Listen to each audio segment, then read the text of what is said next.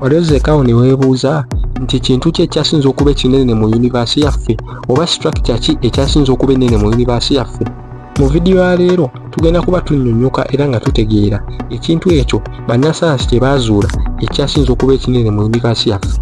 Wabula nga tetunnagenda wala, kujjukiza okusubscribinga n'okulayikinga vidiyo eno n'okuleka komenti wansi awo singa oba olina kye weebuuza kyonna. Ansa y'ekibuuzo ekyo eri nti ekintu ekyasinza okuba ekinene mu yunivaasi yaffe kimanyikiddwa nga Hercules Coronavirus Great Wall oba ekkuŋŋaanyizo lya galaxy oba kiyite galactic filament mu lulimi Olungereza.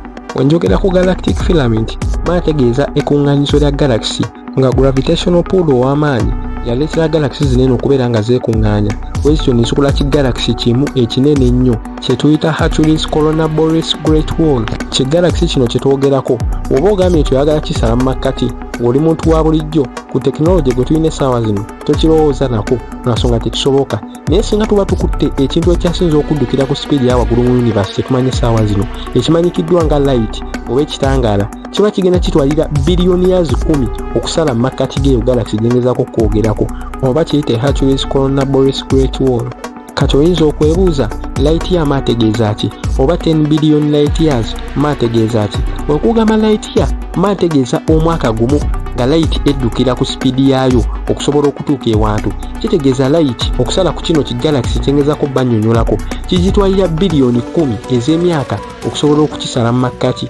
Soogera ku biliyoni 10 egy'emyaka hano ku nsi gy'omanyi naye wabula nategeeza biliyoni 10 egy'emyaka light gy'emala ng'etambula. Kaneeyongere okikunnyonnyola light y'emu erimu triliyoni 6 eza miles singa oba osazeewo zibalira mu miles. Okusookera ddala bannasayansi baali balowooza nti kino ekintu kye mbagambako oba kistructure kino kye mbagambako kyali kigwa mu katagori oba types za galaxies, naye wabula mwaka wa 2013 baasobola okivumbula nti lyali kuŋŋaanyizo lya galaxies ez'enjawulo ezikola mu kigalaxy kimu ekinene, era nga bannasayansi okuzuula kino bakozesa kye bayita mapping gamma ray ekyabaleetera okubeera nga bavumbula nti kye baali bazudde teyali galaxy naye wabula lyali kuŋŋaanyizo lya galaxy ez'enjawulo. Kino kye baazuula kitundutundu kya cosmic web oba amakuŋŋaanyizo ga galaxies agakola engeri ya luweebu eyo. Ekintu kino ekyasinza okuba ekinene mu yunivasi oba bannasayansi kye bamanyi ng'ekyasinza okuba ekinene mu yunivasi kisangibwa amasekkati ga Hercules ne Corona constellation eyo mu bwengula. Njagala nkujjukize nti galaxy yaffe gye tulimu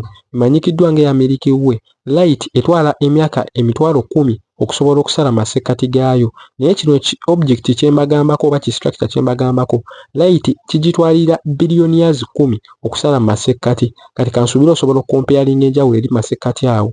Neyongera okujjukiza okusubscribinga n'okulayikinga vidiyo eno osanga ngeri interesting n'okuleka comment wansi awo oba olina ekibuuzo kyonna kye weebuuza tuneegwako mu vidiyo enaabezeeko.